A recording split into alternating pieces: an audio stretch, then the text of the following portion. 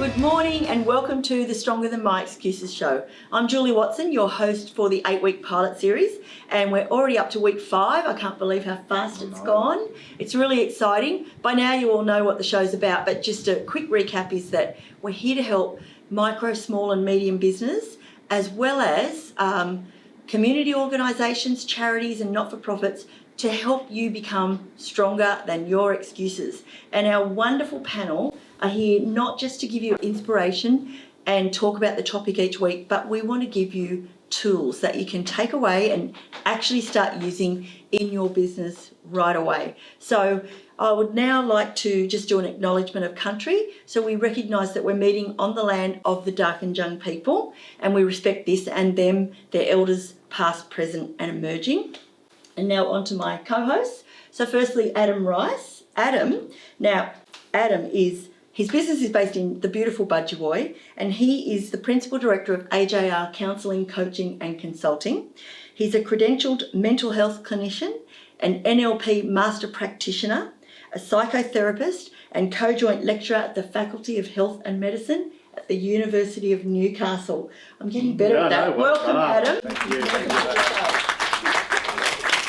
And it's really good to have you on the show. We love your insights. And next, I'd like to introduce Tara. And Tara is a human behaviour specialist and a business coach. She supports empowering women in business, and she does this through events and online videos and all sorts of other workshops and different things. And it's just amazing. I watch your things online all the time, and I love your work. So thank you for joining us, Tara. Thank you. Yeah. And now I'll ask Adam if he could introduce our special guest, Paula. So, Paula is the Regional Director of the New South Wales Business Chamber, and this role supports business growth and strategies for both teams and their leaders. The Chamber offers consulting and development services for operations, sales and marketing. And among many other things, Paula is also the board of the Central Coast Industry Connect. So welcome, Paula. Thank you. To have you on the show. Thank you, everyone. It's a really great feeling when we get up here and we're talking about issues that relate to business, and it's not always about business strategy that we need to talk about. Sometimes it is mindset and what holds us back.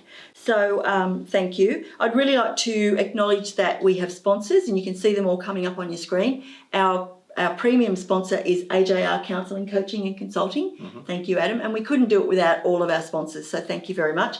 And there is still space available if you'd like to sponsor the show. Mm-hmm. And thanks again to Philip Mayenpar for his videography and editing skills. We really appreciate that. Thank you.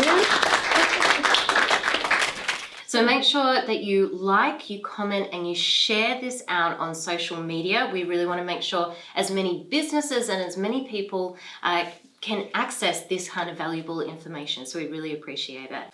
And remember, every show will have real tips and tools to give you. And so far we've spoken about isolation, fear, guilt and inspiration. And I think we've had some really good things come from that. And we hope that you will watch each week and you'll gain something from doing this. And go back and watch the episodes you've missed on YouTube and make sure you subscribe. Yes. That's important. Yes, it is. And look, we are real, we are raw. You can see that we've got a different screen on today because we couldn't work the other screen. But you know what? We're not worried about that. We're stronger than our excuses. We're getting on and we're taking action. And that's what this is all about, not procrastinating. But we're really, we want to let you know that this is, anybody can do anything they want if they put their mind to it. So no excuses, we're taking action. And so far we've heard from some fantastic speakers, and still to come we have a lawyer, we have a marketing consultant, a mobile banker, and we have a radio announcer, authors and many more. So stay tuned for future shows coming your way. And remember, we're online from 7 a.m. to 9 a.m. every Friday, and you can ask questions while that show's on. Yes, absolutely. And they'll be answered straight away. Yes. And today's topic is my favourite, procrastination. Yes. Breathe, think, do. Yes. Very exciting. Now I'm just going to mention that we did have Nick Bowditch lined up for the show today. He's an international keynote speaker. And he was really keen to come on the show, and he's even sent me a message this morning and said, I'm really still keen to be on the show. But he's had an issue late last night with a family medical issue. So unfortunately he wasn't able to make it. But so we're just giving his apology. But we will see him on the show either this series or maybe next series. So stay tuned for that as well. So ask a comment, like, share, ask a question, I should say, like, share. I didn't itch Sue. And we will get back to you. And look, let's start our discussion. So let's start with why we procrastinate. Why don't we just get on with what we have to do? So I think I'll go to you, Adam, on this to start with. Okay. I'm What going to is have it to all about? procrastinate about the answer. actually, I don't know why we actually procrastinate, because we actually know what we want. We know what we want, but we actually question what it is and how we actually do it. So it's procrastination can be it can be kind of a block in a way when we get there, when we know where we want to go, but we focus more, I think, on the blocks. All the Right. other things that we've talked about in the other yeah. shows. Self-doubt, fear, Yeah, and it's just kind of, perfectionism. it's that what if it works, what if it doesn't? But they actually, really, I think they're the questions that you need to ask yourself. Yeah, procrastination is I don't know, for me, I find it a little bit of a difficult thing to explain. I know it is because I experience it, Yes. but I find it difficult to explain what it really Why is. we do it. Yeah, it's kind of questioning yourself constantly, which does my head in sometimes. And Paula, you would see this surely with businesses that you deal with all the time, All the time. and you'd see a lot of businesses that don't succeed. That's right. And how often do you Well, think well that maybe is? just picking up on Adam's comment about how we're not quite sure how this happens. I was doing some research on the topic, and there's actually a neurological reason why this happens. It's your limbic brain, which is in the old-fashioned way we used to call it the reptilian brain. This is the part of your brain at the base of your skull that's responsible for all the automated actions. We sit down without thinking about it. It's where the flight or fright comes from. And the limbic brain is in constant argument with your thinking brain, which is your prefrontal cortex. And so what happens is with the whole issue around procrastination, it's your limbic brain wants to do something that makes you feel comfortable. So when you've got a big task ahead of you, so as a business owner, you might be encountering a really big problem with your client. Your limbic brain kicks in and says, that's actually too big a task for me. Let's go where I feel really comfortable. So we're going to stop for a bit and we're going to do something that makes us feel really good, like sit on the couch and watch TV. Yes. And it's in constant argument with your thinking brain, where your thinking brain organises your life. It's where you process your decision making. It's where you visualise, where you think about how you're going to strategize your business.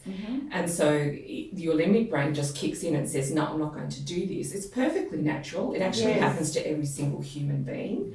And so neurologically, that's actually playing without you realizing that that's what's happening to you. So you think, And it wins every time. yes. So you get these entrepreneurial ideas here in your prefrontal cortex saying, I'm going to do this, and you're excited, and then the hard stuff comes in and you go back into those old habit loops. That's right. "Oh," That's right. and your brain protects you. That's right. It's And hard. you know, when you look at procrastination, there are a number of factors that cause you to procrastinate. One of them is the task is just too big. And so for your brain to process that, and then it turns into an emotional response as well, you might start to feel things like anxiety, you feel overwhelmed, you feel scared, and then all those other triggers kick in. I'm not good enough, I'm not worthy, oh my gosh, you know, all these different emotions kick in. And then the second aspect might be that you feel like you just can't handle the task because you don't feel like you're smart enough for that task as a business owner. So those two triggers tend to really kick in your procrastination. How often do you see this when you're dealing with a small business? All the time. And you recognise that's We what were actually talking about this prior to the show. You've got a set of business owners. I actually think it's related to your risk level, so your ability to cope with risk. So you've got, you know, probably 10-20% of business owners that have got a really high risk threshold. They're quite happy to jump in. They don't care what the result is going to be. They're just going to give it that go. So, you know, they just go for it. But really about 50% of business owners, all of their thinking patterns kick in. If I take this risk, will I put my house on the line? Will I will I lose some clients? Could I potentially not be hiring the next staff member? Can I pay my people? So all of these risk warning bells start kicking off, and it's about 50% of businesses including that go the through risk that. of looking stupid or feeling embarrassed when you walk into a networking event or even being on a web TV show. I think we've all taken a slight level of risk here. We're not Yeah. TV personalities, but we're doing it.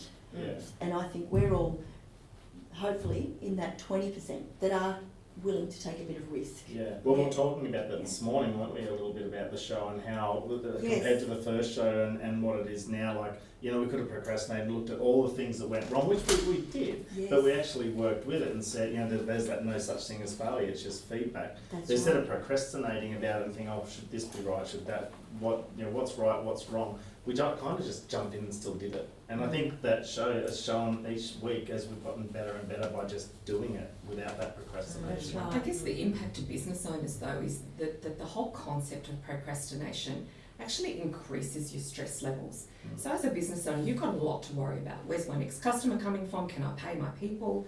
Can I pay my suppliers? Can I service whatever it is that I've just sold them?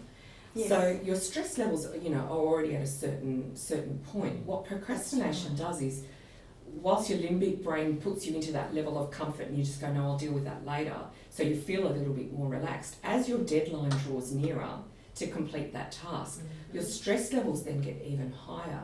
So you actually aren't then productive in your ability to actually service that particular task that you've got to get done. So your stress levels then go even higher, and then, as you know, that impacts your ability to think straight, Yes. to actually get through the forest for the trees. Yeah, You can't see the forest for the trees. Yeah. And as a business owner, you're not really then operating at your optimal level. Yes. Tara, what are your thoughts on Yeah, I completely agree, and like you said, as the stress levels go up, I always think of stress as, when you feel stress, you think of all the muscles tensing up. I like to think that the brain does the same thing, so it tenses up. So how can you get any good ideas? How can you make rational decisions? So your whole ability to function and operate is completely jeopardized. Yes. Because you procrastinated over something. Yes. And a lot of the time, you're right, it could be a big task, but if you break it down into small baby steps, like you're saying, you look at one show at a time, let's break this thing down into small baby steps, then it's not as big of a hurdle, right, Yes. to get over. And then that stress doesn't kick in, and you can just flow a little bit more, right? It's always a temporary thing. When you procrastinate, you have a temporary relief. You're back into that protective brain, the basal ganglia, the area where our habits are, and our protective area. But sometimes I think we have this, like, we're not actually procrastinators. We have a habit of procrastinating. And if you can start to break that and see it as just a habit and try to start to break that habit, I think that can be a way of looking at it as well. But we don't make excuses up here, do we? But look, let's get on to the opposite to procrastination, which is action, right? So why is taking action a priority? I mean, what happens if you've got a good excuse, which is actually a reason? And how do we know the difference between a reason and an excuse? And we were talking a bit before about that as well. Paul, I'll start with you on that again. Well, for me, what I've seen, I've managed a lot of people in my career and I've helped a lot of businesses in my career, and there is a difference between a reason and an excuse. If you look it up in the dictionary, any dictionary, it's defined exactly the same way. But if you look at the nuances of the difference between what is a reason and an excuse, you usually find that a reason has got authenticity sitting behind it. So Yes. a reason is, I can't run that race because I've broken my leg. Yes. And there is a level of authenticity, there's a level of planning in terms of your answer. It's not that you don't want to participate in whatever it is that you need to do. There's a genuine reason behind it, and given the chance, you'll probably take action if it wasn't for that reason. An excuse is a defensive mechanism to actually protect yourself from not doing it. So if you have procrastinated to the very end, it's an excuse. I'll give you an example. Throughout my career, it was about 15 years ago, I had to organise an event in Melbourne. I was based in Sydney. I delegated this task to an employee to book the room in Melbourne. The night before we were due, we had 80 people coming into Melbourne for a particular event, and this employee was standing in the hallway and she was white. And I said to her, what's wrong? What's going on? What? And she said, we don't have a hotel room for tomorrow morning. And I said, what do you mean you don't have a hotel room for tomorrow morning? And she said, I didn't book it. I forgot to pay. I put it was such a big task for her that she actually forgot to pay for the room. So we had 80 people turning up the next day. I had to put her excuse to the side, her reason to the side, and we just worked to actually solve that problem, and we ended up finding an alternate hotel and the event went fine. But it was her level of, when we debriefed this situation, what she was giving me was an excuse. Oh, I had this to do and my task list was too long, and actually what she had done is she had made a mistake and she didn't come forward earlier enough to be able to rectify that. So she didn't have a reason, hers were just excuses. Yes.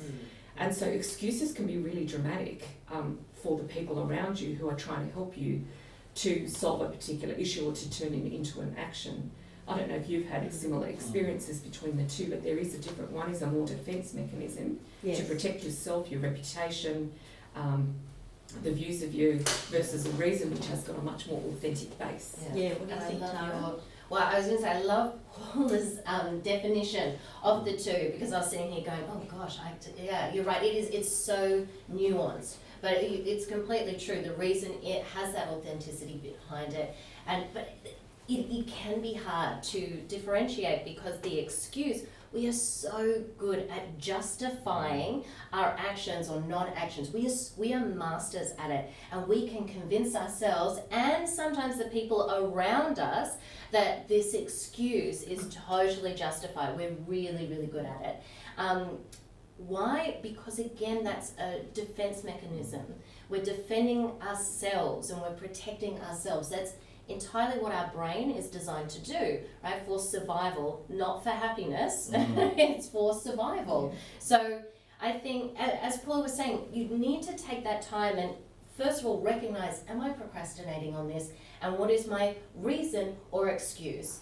Write it down, voice it with a trusted co-worker or friend, and say, sometimes we need help. Can you really be as tough on me and help me feel through what is an excuse? Yes. And if you do find that you do have authentic reasons, then you need to make a plan of action to work around those reasons why you can't, but who around you can. Yeah. And I think that's sometimes how you can tell yourself if you start to either feel a little bit guilty or you go, oh, I know that you realise maybe the next day that was just an excuse and you were just putting it out there. I've met with a few people and they tell me their goals and I meet them a week later and the first thing they say is, now this is an excuse. They're telling me straight away, this isn't an excuse, but I had this happen and I was really busy and all this, and sometimes only you know deep down inside, because you will feel that little weight of guilt and it starts to get bigger and bigger the more you use it. I think you feel the genuineness.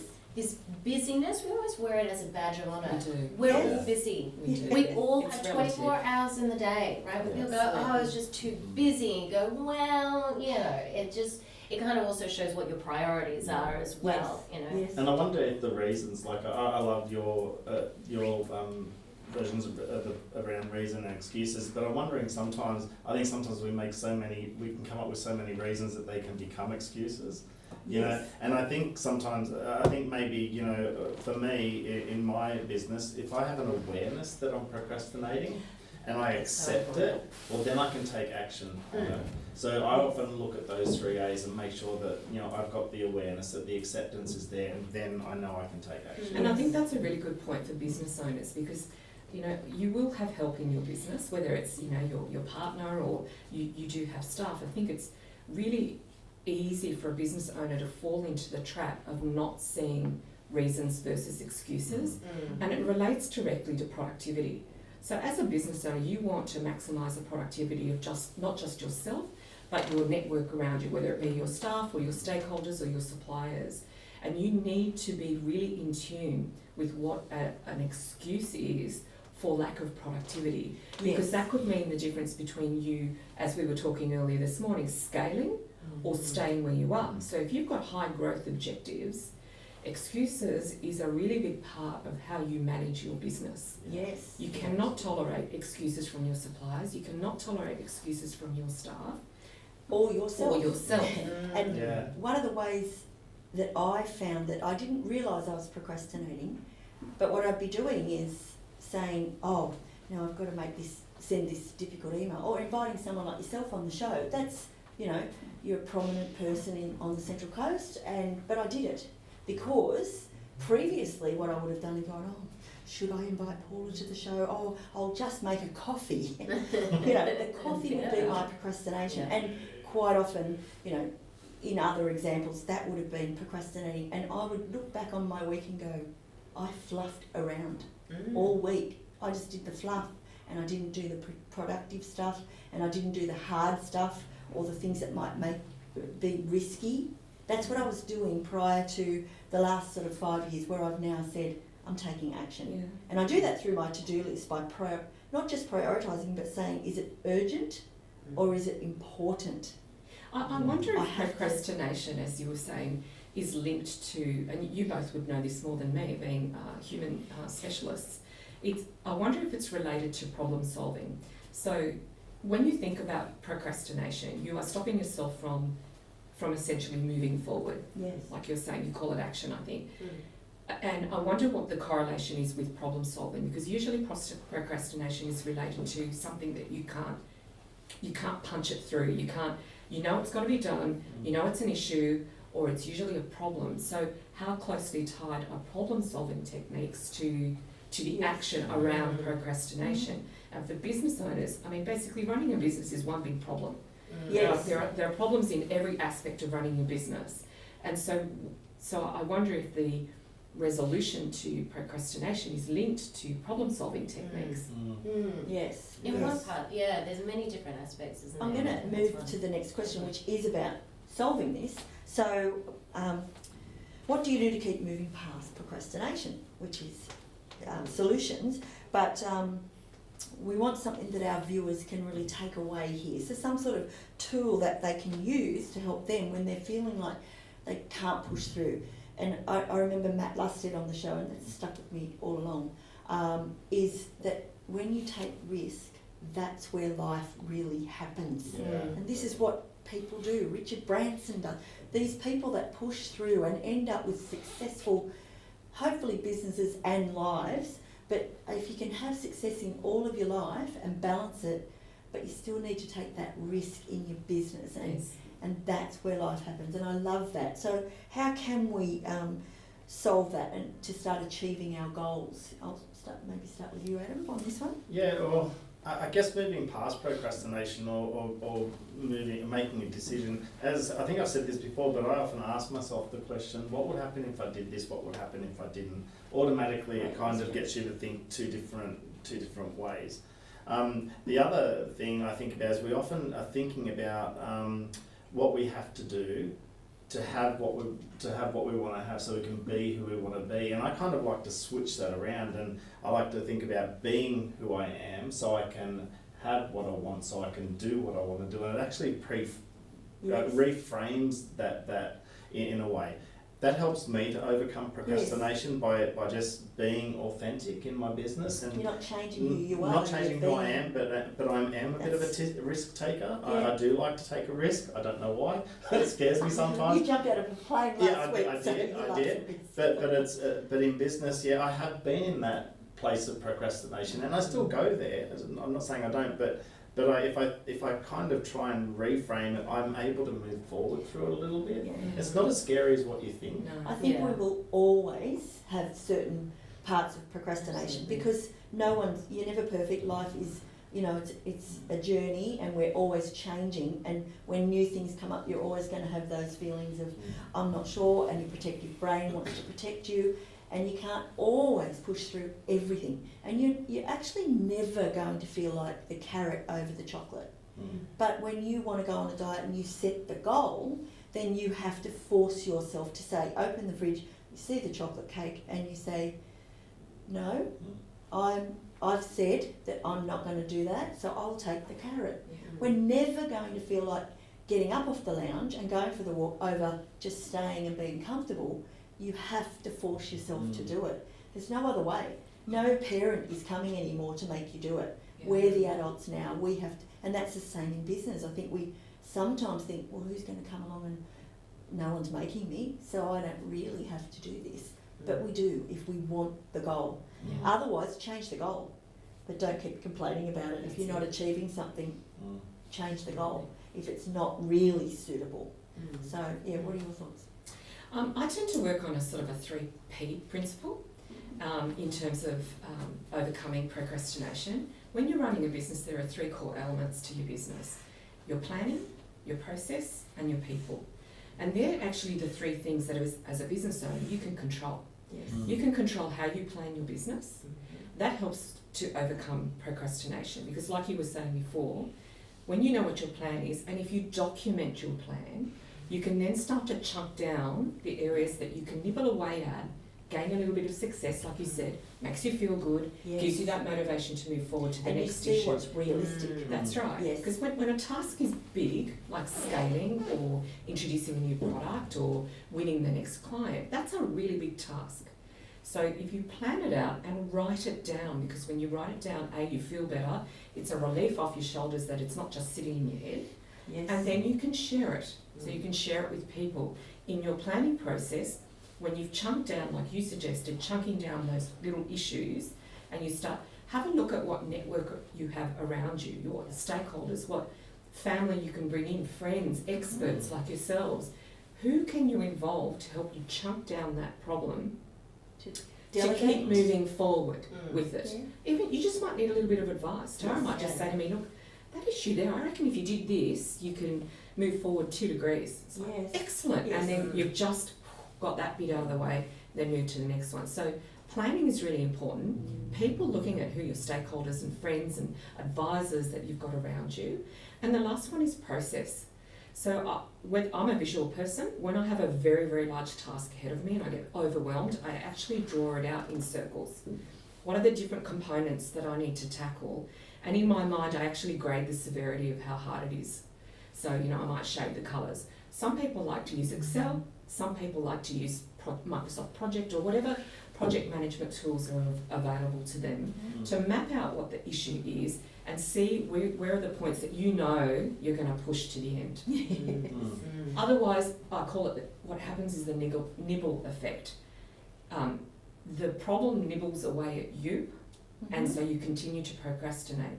So by flipping it at nibbling away at the problem, you actually then move I forward. love So that. planning, people, Really good. process. I've followed that rule It my whole probably life. takes a bit of the anxiety away Yeah. from you and puts it out back into your. It gives So you you can more work- control, which is what Yes. procrastination is about. You have no control. So it gives you control because you can see the elements and there's just structure around your issue.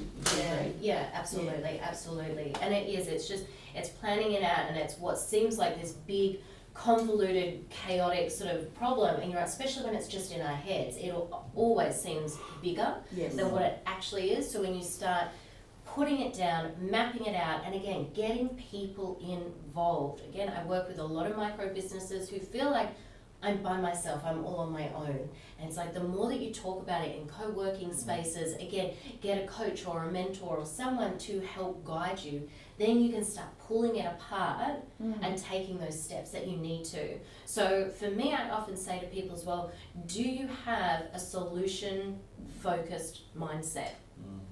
Or are you, again, that fixed mindset where procrastination totally lives? Procrastination is king in that fixed mindset, because then you never go anywhere. You stay where you are and you're totally in your comfort zone. But if you're solutions focused, then again, the excuses go, because it's not just you, it's in bringing in all the solutions and bringing everyone in to have their say in the input. And we talked a bit about that in isolation, in the topic isolation will kill your dreams. Yes, Get out there and absolutely. network, because then solutions start to come Yeah. just by mentioning it to That's people. it. It's amazing, That's isn't it? What about you, Adam? Yeah, well, I think sometimes procrastination or it's kind of like a walk along the beach in a way, isn't it? Because you can walk along the sand and the waves can be just lapping up here, but just over there on the rocks it's the same water but it's crashing. So it's kind of like there's two things happening at the one time. And I think, but the most important thing is to dip your toes in the water and give something a try, just so you can move forward. It's not as scary as what you think it might be. Yeah.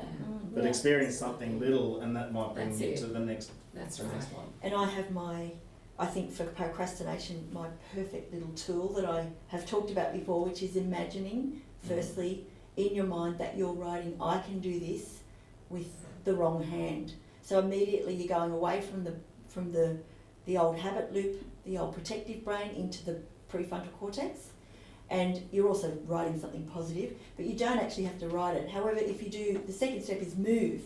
So either stand up, take some big breaths, or touch your toes. You've changed your physical state. Yes. You can actually even get up and look for a pen, because you can't be thinking about the old habit, the old I don't want to go for the walk, or I don't want to make that hard sales call, while you're looking for a pen to write left-handed or the wrong hand, I can do this. So you've switched your brain, you're moving, physically changing your state, and the third part is go to your anchor thought. And when you go to your anchor thought, which you would have set up prior, seeing yourself, shaking hands with the person that you made the hard sales call to and saying, thank you, it's a pleasure to do business with you, and then maybe even high-fiving your partner and saying, I got the contract. Seeing yourself in the positive situation. And that really has helped me to stop procrastinating, and when I'm fluffing around, I start going, hang on a minute, go back to your list, have the coffee later, you don't need to feed the cat now, do everything. Do the important thing now. I can do this. And see my anchor thought. And then when I start seeing my goal again, brings it all back to, I can do this. And I can be strong and I can achieve things. And I'm doing that now, so it's fantastic. But I think we need to wrap up. We'll just get one quick 20-second action tool that we can tell people, the viewers, what they can do to start right now. I'll start with you. I think I mentioned it before. Plan your process. Check out what people you've got around you to support you, and of course follow that process and be diligent about it. I like it. I would say, speak out your goals, speak out the problem, because the more people know about it and hear about it, the more external accountability you have as well to follow through with that. Yeah. And I think mine is really just dip your toe in, try something, because it will lead you to the next step. It will lead you to the next one. Absolutely. And mine is, yes, have your anchor thought sorted out that is achieving your goal, seeing yourself achieving your goal no matter how small it is, and then just going for it, taking the action. If you need to use that trick, writing with the opposite hand, use it. All right, so, well, thank you so much, everyone, for joining us today.